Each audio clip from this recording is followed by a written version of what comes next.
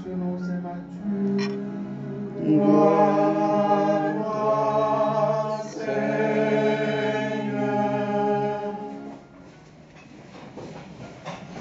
En ce temps-là, Jésus arriva près de la mer de Galilée.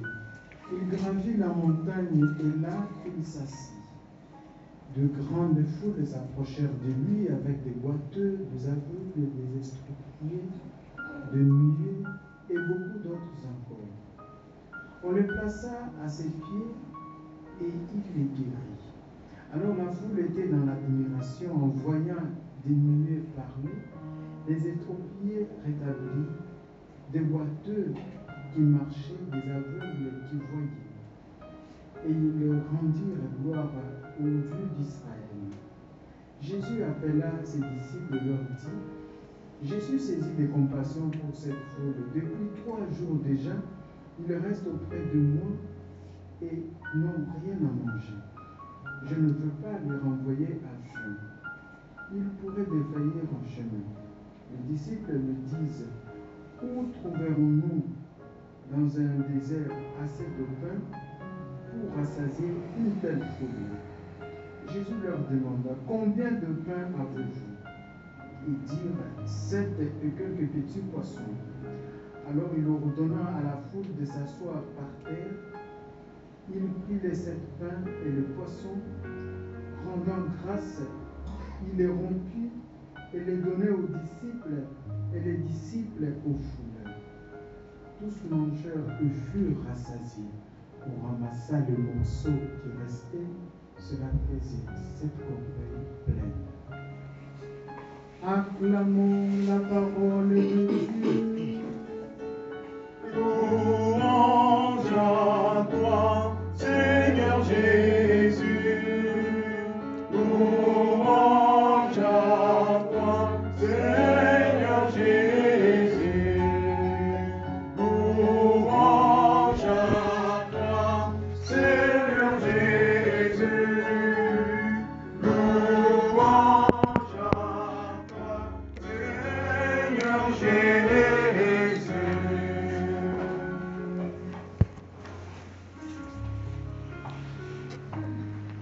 Le prophète Isaïe annonce un grand festin sur une montagne où il y aura des viandes grasses, de vin capiteux, un festin de viandes succulentes et de vin décanté. Voilà. Une promesse que dans l'évangile aujourd'hui on voit s'accomplit. Promesse qui s'accomplit où le Christ va multiplier 7 pains. C'est 5 pains ou 7 pains? 7, hein, oui, voilà. C'est 7, 5. Bon, d'accord, attendez. Je vais trouver le passage. Et voilà. Combien de pains avez-vous? Il dit 7 et quelques petits poissons. Donc c'est 7. Voilà. Et on peut bien sûr voir la cohérence aussi avec la fin du texte où à la fin, qu'est-ce que nous avons? 7 paniers pleines, 7 corbeilles, voilà, 7 corbeilles pleines, voilà, de pain. C'est parti de 7 pains à 7 corbeilles pleines. Voilà, le Seigneur, voilà, il multiplie quoi, il multiplie.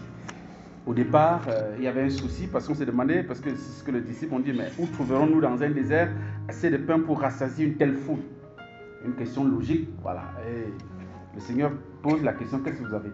Donc le peu que vous avez, on va partir de là. Cela me rappelle ce que Saint Augustin disait et qui reste d'actualité jusqu'à la fin du monde, c'est que Dieu nous a sauvés sans nous, mais il nous a créés sans nous, mais il ne peut pas nous sauver sans nous. Il faut que nous apportons notre part, notre bonne volonté. Et c'est la même chose ici. Le Seigneur pouvait des rien nourrir cette foule, mais il a voulu une participation humaine pour accomplir ce miracle. C'est la même chose à Cana. À Cana, la mère de Jésus lui demande, lui dit il n'y a plus de vin. Il aurait pu, avec un claquement de doigts, surgir des tonnes de boissons, de vin succulent, mais il a demandé qu'on puisse de l'eau. Vous voyez, il y a toujours cette participation que le Seigneur nous demande et qui est l'expression de notre liberté. Le Seigneur ne va pas nous imposer ses cadeaux, ses dons, ses grâces. Non. Il faut que nous puissions librement les vouloir, les désirer, pour qu'il nous en donne. Et le peu que nous faisons, le pas que nous faisons, comme disait quelqu'un, quand nous faisons un pas, s'il y a 10 pas à faire, il en fait 9 pour nous rattraper. D'accord? Voilà. C'est aussi l'histoire de ce papa, de l'enfant prodigue, qui chaque matin guette à l'horizon pour voir si son fils qui a disparu avec ses biens va revenir un jour. Et lorsqu'il voit son fils à l'horizon, c'est lui qui court pour l'embrasser. Et ça, Dieu avec nous, il est pressé de nous sauver. Il est pressé de nous bénir. Il est pressé de nous combler de toutes sortes de grâces, mais pourvu que nous nous permettions de le faire. Et je voudrais faire remarquer que nous avons ici, voilà, c'est vrai que c'est l'accomplissement de la prophétie d'Isaïe qui s'accomplit sur cette montagne, puisque nous sommes sur une montagne, la montagne de Galilée, où le Seigneur va donner ses festins de pain, où il va en rester. Mais ceci, c'est ce que Jésus a accompli là, et en plus, et encore une prophétie de quelque chose de plus grand qu'il va faire. Quelqu'un peut me dire en quoi c'est une prophétie, hein, et ça renvoie à quoi? Ce qui s'est passé aujourd'hui là, ça prophétise quoi qu'il va faire après? Vous n'avez pas médité le texte? Vous n'avez pas médité comme d'habitude, hein? C'est ça, hein? Voilà, ça nous renvoie au mystère de l'Eucharistie. Vous voyez, c'est exactement, pratiquement les mêmes termes. On peut mettre ça en parallèle si vous voulez. Vous voyez, mais bon, on n'a pas le temps de faire ça, mais à partir à partir de l'attitude de Jésus et ce qu'il fait, ce qu'il dit, les gestes qu'il pose, c'est exactement ce que le prêtre, n'est-ce pas, va faire tout à l'heure et que le Christ a fait en premier le jeudi saint. Il prit les 7 pains et les poissons, rendant grâce, il les rompit et les donna aux disciples. Les disciples les donna aux foules. Vous voyez, c'est exactement la même, vous voyez, que la même structure eucharistique. Donc c'est, en même temps, cette multiplication est une prophétie du mystère de l'Eucharistie qu'il va instituer le jeudi saint. Voilà. Et puis, c'est pas fini, puisque quand les gens ont mangé, ils sont rassasiés.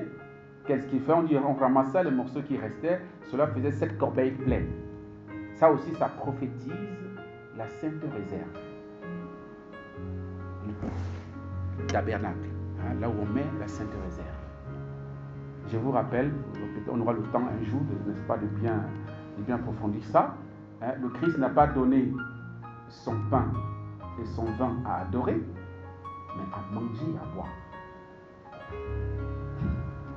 D'accord? Je n'en dis pas plus, c'est pas qu'on ne doit pas adorer, hein, c'est pas ce que je dis, mais c'est pour dire, il a dit prenez et mangez-en, tu n'as pas dit prenez et adorez. Ok?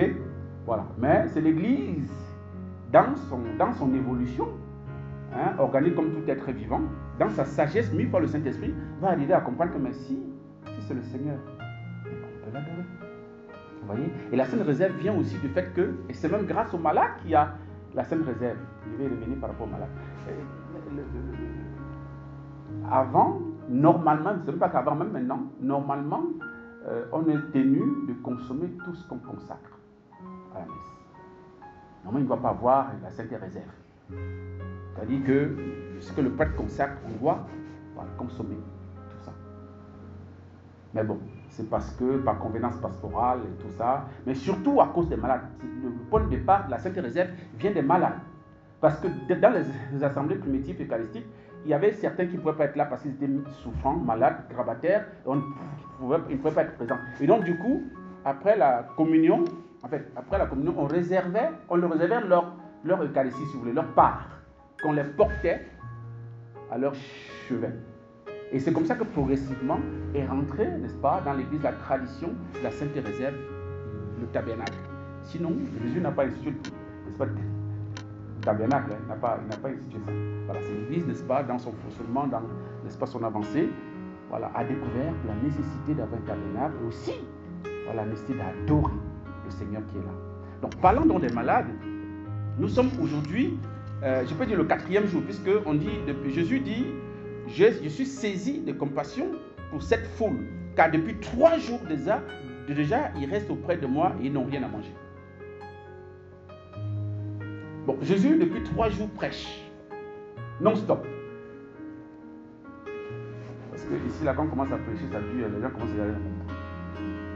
Jésus prêche 3 jours, non-stop. Il bombarde seulement. Vous voyez? Et au bout, 3 jours après, il dit, bon voilà, ils sont KO là. ils sont assez assommés, physiquement ils sont diminués, etc., etc. Et il dit, je ne veux pas les renvoyer à Jean, ils pourraient défaillir en chemin. Et sur ce, il va s'occuper de les nourrir. Le Seigneur est venu d'abord s'occuper de notre âme. D'où les 3 jours d'enseignement non-stop, pour nourrir notre âme. D'accord? Et ce jour, je ne sais pas si c'est le 4e jour ou le 3e, je ne sais pas trop, mais toujours est-il que ce jour-là, c'est une journée où il s'occupe uniquement du corps de l'homme. Après s'être intéressé à l'âme, n'est-ce pas, des personnes qui étaient présentes, il s'occupe maintenant de leur corps. C'est pourquoi au début, on dit il gravit la montagne et là il s'assit. Il a commencé un ministère. Et des grandes foules s'approchaient de lui avec des boiteux, des aveugles, des estropiés, des muets et beaucoup d'autres encore, des cas. Et il les guérit. On les déposa à ses pieds, il les guérit. Je voudrais aussi qu'aujourd'hui, nous appuyons sur la parole de Dieu, sur ce que Jésus a fait ce jour-là, et que nous proclamons aujourd'hui, qui s'accomplit aujourd'hui, que nous demandions aussi que le Seigneur visite nos corps malades. Si nous sommes malades, si nous ne sommes pas malades, il n'y a pas de problème, tant mieux. Mais si nous sommes malades, donc je nous propose qu'au cours de cette Eucharistie, nous puissions, demander au Seigneur de nous guérir physiquement, comme il a fait ce jour-là, pour de nombreux boiteux, aveugles, estropiés, etc., etc. Qu'il accomplisse la même chose pour nous et pour tous ceux que nous allons lui présenter au cours de cette Eucharistie qui sont malades, peut-être qui sont restés à la maison ou bien qui sont loin. Tous nos amis et connaissances, parents, qui sont souffrants, demandons au cours de cette Eucharistie, à la faveur de sa parole, qu'il puisse veiller à l'accomplir et surtout à la faveur de l'Eucharistie.